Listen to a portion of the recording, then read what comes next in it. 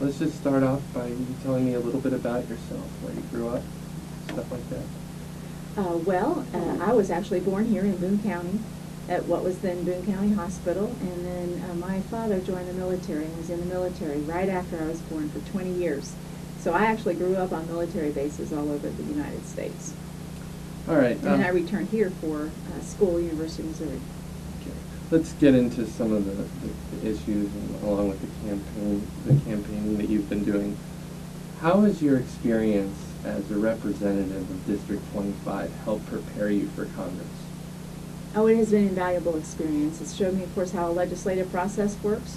I grew into leadership relatively quickly and served in leadership on the Budget Committee and on the 2 healthcare committees, on one on appropriations and one on policy.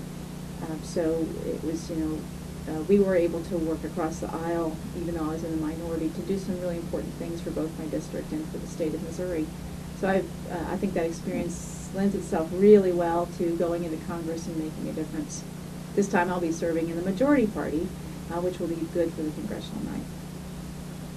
Yeah, you're a familiar face here in Columbia, but how do you connect with voters across the state?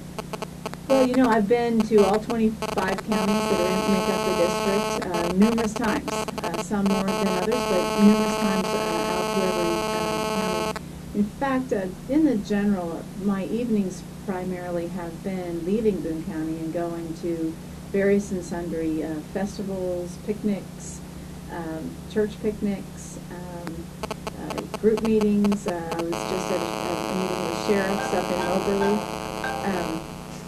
And so, we've had really a good opportunity to get out there and meet thousands and thousands of new people.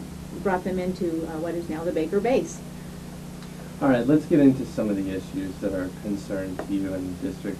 What do you see as some of the more important issues facing District 9? Oh gosh, I'd have to say there's 3 main things. It'd have to be the economy. It's the economy, and rolled into that is healthcare and energy.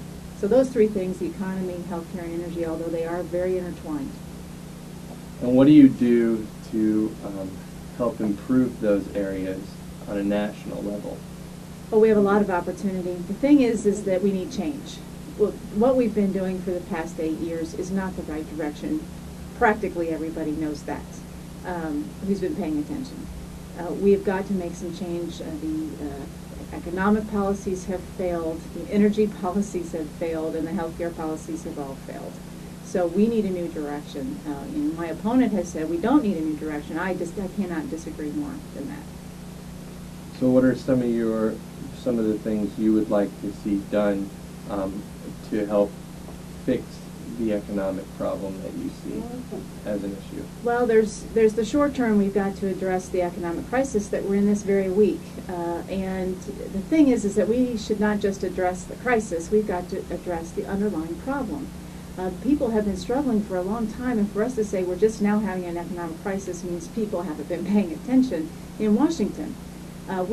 We've had people who, personal income has slowed down. We have lost an incredible amount of jobs to the overseas market. And we've incentivized that even under the current economic policies. So we have some underlying problems that we've got to address.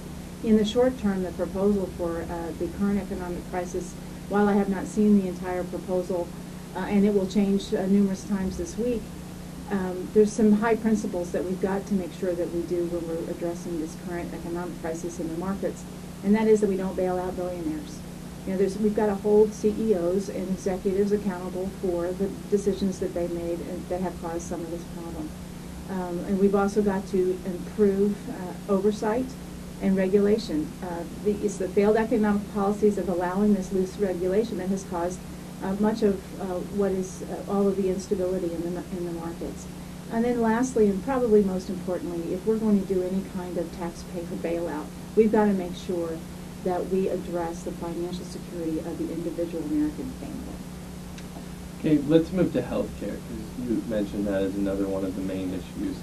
How do you bring health care to Missourians and then on a national level more people in this country? Well, it's really it's very important that we address the healthcare issue, just because of the sheer costs. For starters, if you know, we're talking a lot right now about gas prices, and gas prices are bad. We all know that.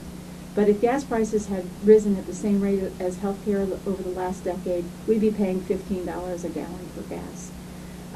And we've allowed this to just go on completely unchecked. There are numerous things we can do to lower the cost of healthcare, and I've already proposed some of those. It's become a hidden tax for us in our premiums and our tax payments. That sometimes we don't see it all as one, but we have got to lower the cost of healthcare. I propose that we use a more prevention model to do that, offering prevention care. People where we actually increase access early on in the early stages of disease so that we can keep Americans more healthy, and that way it's less expensive and less a burden on the healthcare system. My opponent, on the other hand, has done quite the opposite, believes quite the opposite. For instance, sponsoring a bill to allow insurance companies not to pay for mammograms and childhood immunizations and for newborn screenings. That is the opposite direction I'd like to take this country.